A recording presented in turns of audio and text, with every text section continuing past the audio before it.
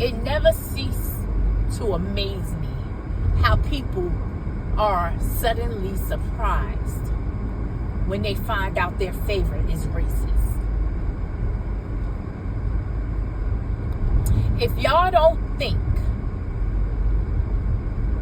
that 90% of white people still carry racism within their hearts, within their day-to-day, you are sadly mistaken. The 10% that don't are not accepted by their own. So they have no choice. See, y'all play with this racism, colorism. Y'all play with this shit like it's a game, like it's a joke, as if you're not affected by it. Because you know no better. You know no better, and you're not even willing to learn. But it's only gonna fuck you. It's only continuously fucking you. When you are wondering why you're not at a status in which you should be. When you wonder why you can't live in them big houses that you dream of because you see them white people in. When you're wondering why you can't wear the fancy motherfucking shoes and the bags and the clothes and driving the fancy cars like the white people do. When you're wondering and want it so bad that you're willing to do anything for it. Even erase your blackness. Because that's what you have to do to attain these objects. So some may say, you can't erase your blackness. Of course you can. We're watching it in real time. People trying to erase their blackness. Now, what do you mean when you say erase their blackness? What I mean by erasing their blackness is, here's a good example. Because I heard grown folk, big up to Carrie, very Carrie. She had a live today, and I peeked in for a little while ZX and Rebel and Red Wings was on there, and they were talking. And one thing, I'm gonna get back to it, but one thing, let me just say this: there is an affinity for grown folks that I have always had for years. I've been following grown folks for years, and the grown folks that we are seeing again is the grown folk that I started watching. When I started watching grown folk, this is what he talked about. This is who he was. And I see him slowly but surely creeping back to that. Can he be forgiven for all the wrongs? Some will and some just won't. It is what it is. Me, myself, I stopped following grown folks when I see him like with the disrespect for my community and the disrespect for women as a whole. So I stopped following him. I still listened to him, but when he started going outside, in the realms of the disrespect, I would just turn it off, and I didn't respect that. But I do understand now that I'm not making excuses. I'm just understanding a lot of his anger came from frustration and not being able to communicate effectively. So now that he is evolving into the man that I believe he wants to be, he's starting to come back to these same spaces and have a more a deeper conversation, a more respectable conversation, something that you can follow once again. You understand? So I want to say that to segue into what they were talking about, and they mentioned someone who I feel erased his blackness long time ago, and that's Clarence Thomas. You want him to do something he has no power to do. Y'all have to understand where Clarence Thomas came from. He comes from a family who worked hard, thought that living the American dream was was comprised by you just working hard and being a good person and making an honest living. That's what him and his family thought.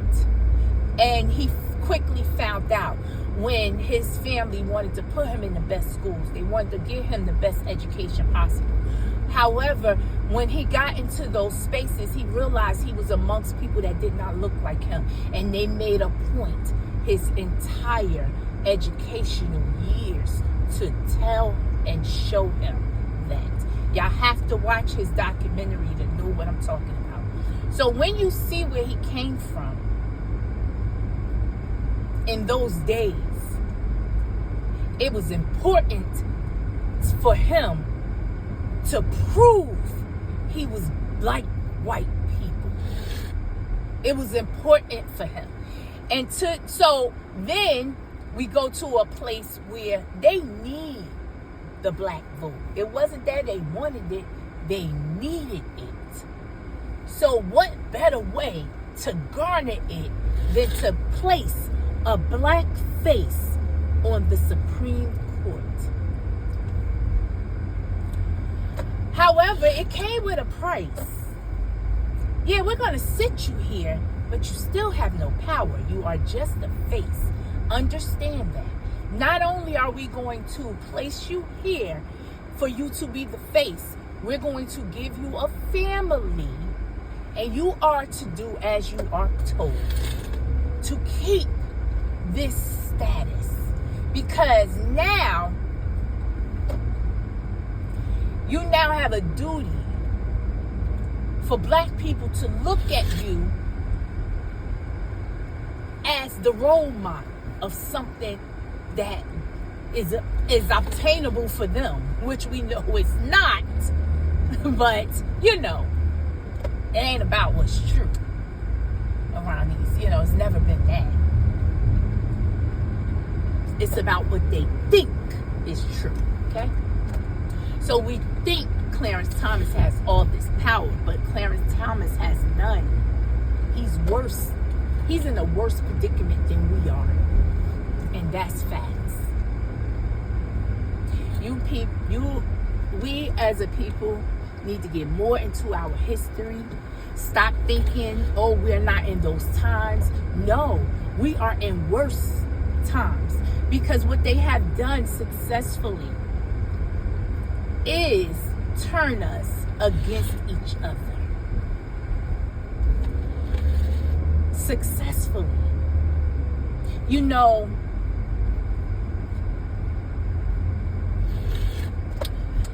I can't think of the name of the guy that tore down the Black Panthers, but just think about the history of the Black Panthers and how much power they had. Might I add, was this in the West Coast? them some powerful people. They mindsets. When I say powerful people, I mean their mindsets. They ain't going with a lot of shit. But they had to get there. See, y'all need to do y'all history. West Coast was always strong, but they had to fall to rebuild. Pay attention. So,